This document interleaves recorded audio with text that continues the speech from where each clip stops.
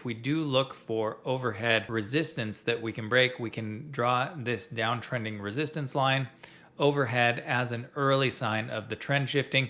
If you're looking for a near-term trend signal, I often draw a secondary downtrending resistance as price accelerates to the downside, just to give me a sense of things potentially turning ahead of time.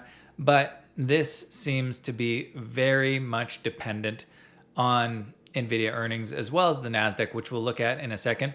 And the one thing you'll notice once we get over to the Nasdaq chart, there was almost a flip in terms of character between the S&P 500 and the Nasdaq between Friday and today. So on Friday, the S&P 500 was stronger and the Nasdaq dropped quite a bit lower. Today, the Nasdaq was stronger and the S&P 500 dropped lower. So it was more broad-based selling and there was a bit more strength in technology today, which we have not seen for quite some time. Oh, and if you are wondering, this blue line, I just drew an anchored VWAP from that drop on the 10th, and that's exactly the resistance we were getting into. I just thought it would be interesting to drop that in to see that average volume weighted range there.